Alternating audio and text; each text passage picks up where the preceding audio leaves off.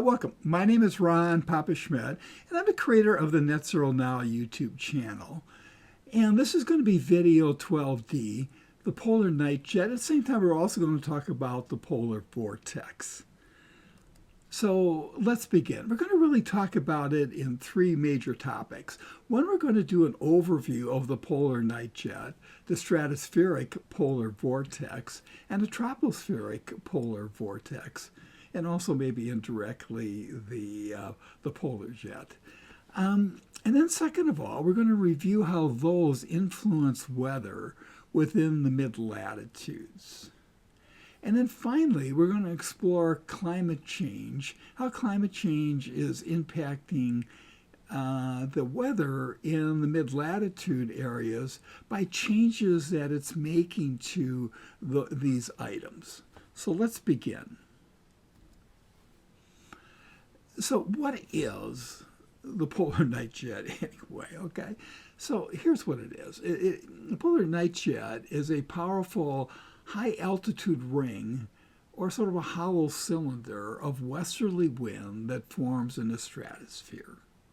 It starts about 10 miles above Earth and can extend 30 or 15 miles into the stratosphere. It forms in wintertime as a result of extreme temperature imbalances that are caused by lack of sunlight over the poles.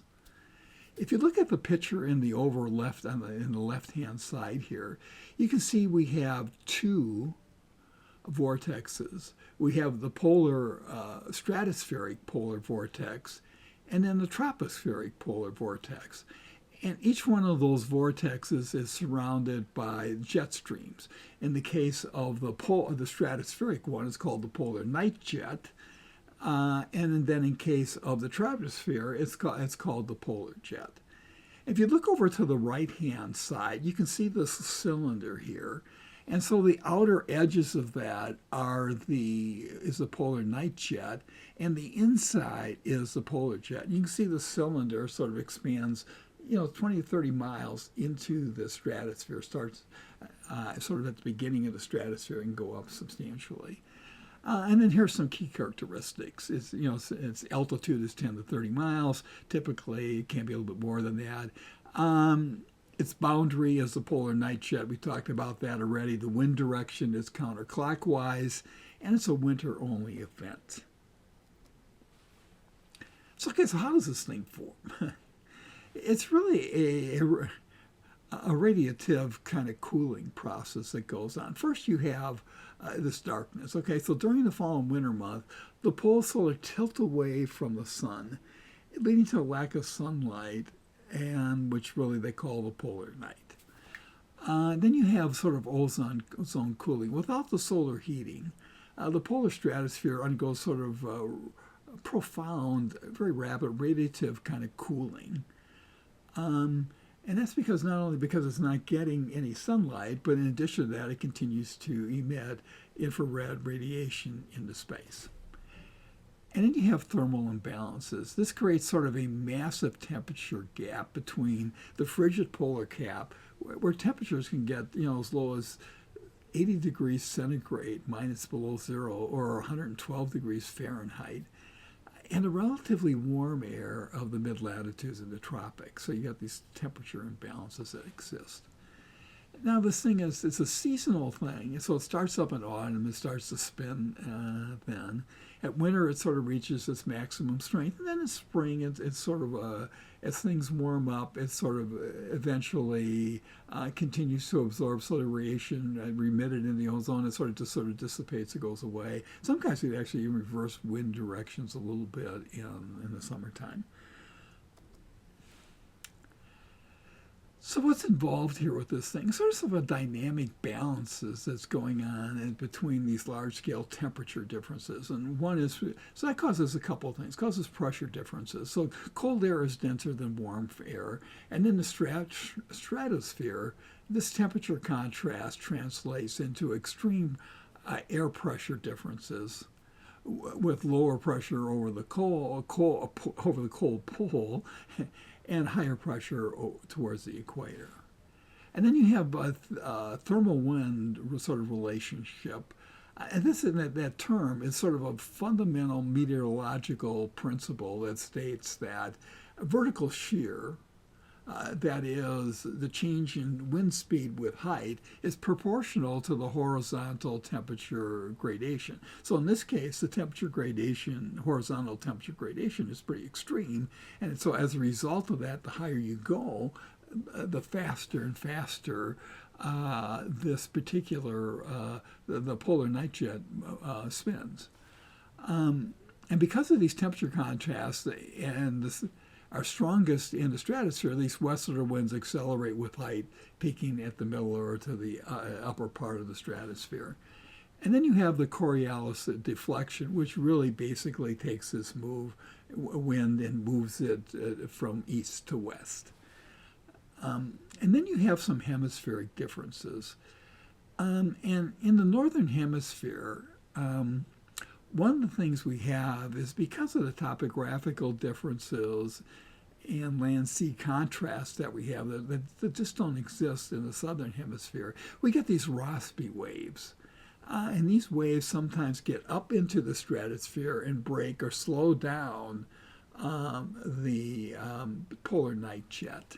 And that has a profound impact on our weather. And we'll talk about that later in this presentation.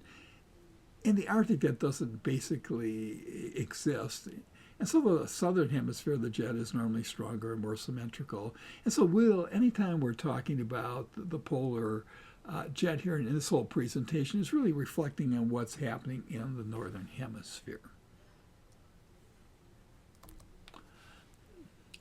Now, what is the polar vortex? Well, it's really pretty simple. The polar vortex is sort of this frigid air that exists inside the walls of the polar night jet, and then in the that's in the stratosphere, and in the troposphere, it's within the polar jet. And think of it as almost like two floors to a building. Okay, the top floor is the stratospheric jet, and the vortex, and the troposphere is on the first floor. And you can see this table here, which shows some of the characteristics. I talked about the stratospheric polar vortex, so I'm not going to talk about that again. But you can see in the tropospheric one, it's 0 to 9 miles into the air. The polar jet is the outer boundary. It is also clockwise. But the polar jet and the polar vortex operate year-round. And in terms of weather, that's kind of interesting. The stratospheric vortex has no direct impact on our weather. It has an indirect impact in terms of how it affects the behavior of the tropospheric polar vortex. But it's the tropospheric vortex that really impacts our weather, and it creates rain, snowfall, and extreme cold snaps. And before we wrap up this overview, I just want to one more time again point out this video and show you how high this is. The outer rings are the polar night jet. The inner portion is the polar vortex. So it's not just a tube kind of thing. It's a long, many miles high kind of item, and it ends at the bottom of the stratosphere, so it doesn't touch Earth at all. And you can see if you look at the diagram on the upper left-hand side, it's that upper circle. So that sort of completes our overview. Now let's get into how these items influence weather in the mid-latitudes. And before we do that, I want to talk about the mid-latitudes again so you understand this. You look at the mid-latitudes in the Northern Hemisphere, that is between 30 and 60 degrees latitude. You can see it covers almost the entire United States, almost all of Europe, substantial portions of Russia and China. If you go to the Southern Hemisphere, it just covers basically the bottom tip of South America and a little bit of Australia, etc. So whenever I talk about the mid-latitude, I'm referring to the Northern Hemisphere, although I may not say that every time. And this whole presentation is really dealing with what happens in the Northern Hemisphere, okay? So let's begin. Do the stratospheric and the tropospheric vortexes interact? Yes, they do. And it's probably one of the most powerful interactions that exist It's called a teleconnection in meteorology. And while these things are sort of miles apart, there is sort of a dynamic feedback loop that can go on. It's often referred to in the meteorological terms as the stratospheric tropospheric coupling. So think of it as an elevator, as we talked about before. And so the first one is sort of going up from the bottom floor on up, and that's done by Rossby waves. And under certain condition, Rossby waves, which are normally horizontal in nature, and think about them. If you watch the jet stream thing, you see we talked about Rossby waves extensively. We normally think of them as horizontal, and we also sometimes think of the jet stream almost like a tube, but it's not that. As you can see from the cylinder kind of thing that we have for the stratosphere, you can see that it's really a wall of wind. And so what happens is that these Rossby waves, which are normally horizontal, occasionally can become excited, and they can sort of vertically propagate through the troposphere and interact with the polar night jet. And this vertical pronation can be caused by generally a couple of things, maybe a combination of things, okay? One is topographical forcing. So we have, when they hit the Himalayas or the Rocky Mountains, it can force them upwards. Then you can have thermal and forcing events that also kind of occur, driven by significant temperature differences, sometimes from land and ocean mass and other kinds of things. Then the second type you can have is sort of top-down. Think of it taking the elevator down, okay? And this isn't typically an exchange of kinetic energy. And so when the polar night jet is disrupted by Rossby waves, what happens is it slows down and warms. This changes the air pressure and density, and it begins to push downward, altering the path then of the tropospheric polar jet. And so it shifts the bottom floor of the vortex, okay? And that's sort of how they interact.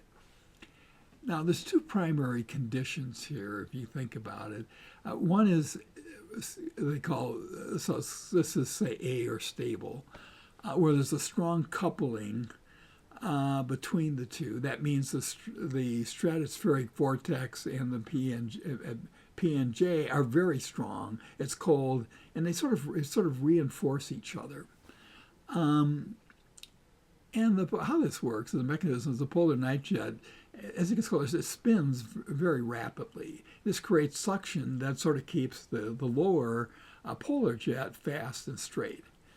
Weather implications when this gate is closed, the cold air is sort of trapped in the North Pole, and the mid-latitude regions, yes, the United States, Europe, East Asia, experience sort of milder winters and fewer major snowstorms.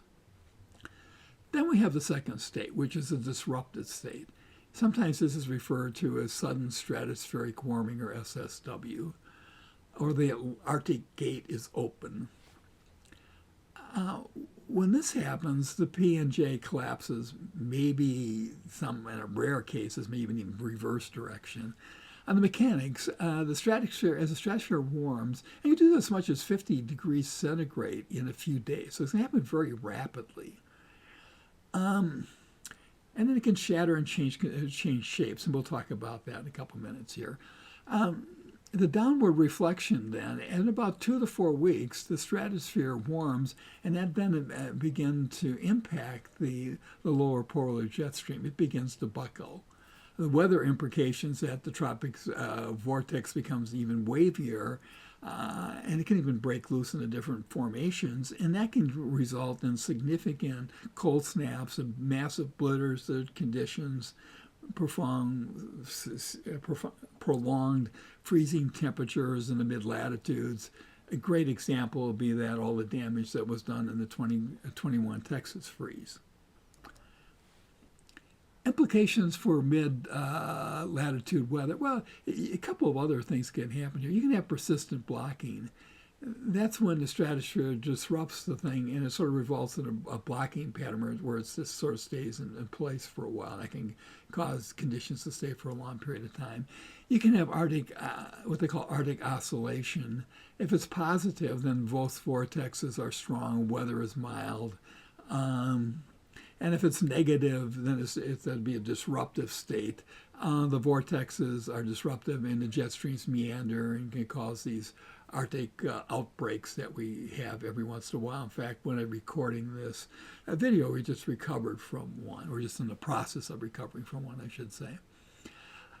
And then storm track modifications. A disruptive vortex often pushes storm tracks further south, which can bring rain and snow into regions that are usually dry at this point in time, like Southern California, the Mediterranean, and other kinds of things like that. And there are really sort of three major types of disruptions or formations that occur when the polar jet is disrupted. I should say polar night jet is disrupted. One is called displacement. So the core of cold, low pressure areas is pushed off the pole and travels southward into the mid-latitudes, but it's sort of in one direction, one specific section. So that particular could be if it went over the United States could have particularly cold weather, but other areas would not. It'd probably have warmer weather. It can split, where it can sort of break in two in a sense. And then multiple regions can simultaneously have these cold spells. Like, for example, simultaneously North America and Europe could be experiencing the polar vortex. And then you can have what's called elongation. And this normally occurs in the process of them getting ready to split, although it could be a temporary condition where they don't split. But generally, that's a stage before they split. And when that happens, you can have sort of weather whiplash. You can get really cold weather one day, and then the next day it suddenly warms up, okay? As it sort of go through what section of the polar vortex is hitting you at that particular time. So that is a real quick overview of how the polar vortex, the polar night jet, the stratospheric vortex, et cetera, impact weather within the mid-latitudes. Now I want to explore how climate change is impacting all of that. I just want to point out the map again below so you can see that this really has a major impact on the United States, Europe, et cetera, and all of my comments are related to the Northern Hemisphere. So is climate change impacting the polar night jet and the stratospheric polar vortex and mid-latitude weather? The answer is yes, but it's a little complicated, okay? Because it really, to some extent, is creating sort of a tug-of-war that can alter the stability of these systems. So let me talk about that right now. It's sort of a paradox, what they call the stratospheric cooling paradox, okay? So while lower atmosphere, the troposphere, is warming due to greenhouse effect, that is actually causing the stratosphere is actually cooling. Why is that happening? Well, first of all, energy is trapped. Greenhouse gases are trapping infrared radiation from Earth and preventing it from getting into, some of it from getting into the stratosphere. So the troposphere warms, the stratosphere cools. And so theoretically, if that was happening, you would think you would have a stronger and more stable polar night jet, which would be true, except for the wild card. There's always a wild card, right? At the same time, these warmer temperatures are making the polar jet slower and wavier. And we've talked about that extensively in other presentations. This creates stronger Rossby waves, which then can impact or influence or disrupt the polar night jet, creating sudden stratospheric warming events. That in turn, as we know, can cause extreme cold to occur within Earth and cause and destabilize weather within the mid-latitude areas. So enhanced gravity, how are they generated? Okay, a couple of ways. One is we have sea ice loss. That would be one. As the Arctic melts, the open ocean releases massive amounts of heat into the atmosphere during winter. This creates just large bulges of high pressure within the troposphere. Another thing is you can have a mountain wave interaction, and that's as temperature changes, the path of the jet stream can change, and that can cause more, depending how it hits, and cause more upward lift. And then you have Arctic amplification. Okay, that is the temperature differences between the Arctic and the equator and the mid-latitude are shrinking. And as a result of that, the Rossby waves are much wavier, and they're longer, they have higher amplitude or deeper troughs and things. And when you get vertical lift, that can cause that to go higher through the troposphere occasionally and into the stratosphere and impact the polar night jet and cause it to slow down, which then in turn can cause the polar vortex. So you can have more frequent sudden stratospheric warming events. That just sort of cause that. And we've talked about that a little bit as to why that happens. I don't think I need to cover that anymore. And then you can have a downward coupling of what they call a weather whiplash. And so you get it when the polar night jet is disrupted by climate change waves. What you can have is a rapid transition then between extreme cold and extreme warm. And so that's one kind of conditions. The other thing that can happen is that when it slows down, it can actually lead to a sort of blocking event. We talked about this when we talked about how jet streams work. And so what that can do is it can cause the polar jet to sort of stay locked in place in one thing, and that can lead to, if that happens during a vortex, it can lead to like massive snowstorms or massive cold fronts for a long time. And when people say, oh, these are 50-year storms, the only problem is they're happening with climate change. They're happening every 5 years or so. So let's wrap this up. So basically, in this presentation, we did an overview of the polar night jet, the stratospheric polar vortex, the tropospheric polar vortex, and indirectly also the polar jet. And then we reviewed how those things influence weather in the mid-latitudes. And then finally, we talked about how climate change is impacting those items and how the impact on those items is then impacting our weather within the mid-latitudes areas. So let me say one other thing here, and I've covered this in other presentations earlier, but the only way we can prevent a climate disaster and stop this stuff from happening or getting worse every single year is by getting to net zero greenhouse gas emissions. And I use the word now because we've got to get there as fast as is humanly possible, and that's what I mean by that. So if you're concerned about this, and I think you should be, what can you do? Well, here's some things you can do. Well, first of all, do something. I got my lyrics to my one of my favorite Eagles songs here, so to sort of encourage you to do that. But one of the most important things you do is just vote in every election from now on. When I talk about climate change, I talk about it from a systemic standpoint. There's a lot of people doing a whole bunch of great things on an individual basis, but I'm talking about systemic issues. And the only way to solve those systemic issues is we've got to have leaders, corporate leaders, and elected leaders who are committed to solving this climate issue. It has to be done at a global level with the government of the United States working cooperatively with other governments around the world and corporations around the world to solve this problem. It is a Earth problem. It's not a one-country problem. And so we need to have people that are committed to doing that.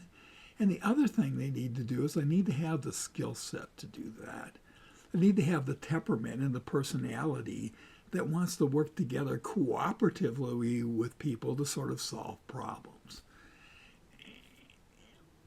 And most of the world and most of the corporate leaders today don't meet that criteria. So we need to vote in every single election from now on at every level of government to elect those kinds of people. Second thing you do would be helpful, just subscribe to this channel, provide me with any comments you have, share the link, talk about other people, and do some personal things, recycle, do some others, check out what else you can do as an individual. That's also very important that we do those things, or join some local groups or talk about it, okay? 80-some% of the people within the country, maybe even higher than that, believe climate is a major problem. There's a large vocal minority, a very small minority, I would say 10, 15%, that think this isn't real. But we need to start talking about it also. So thank you for your time, and I hope you'll come join me for some other videos. And have a great day.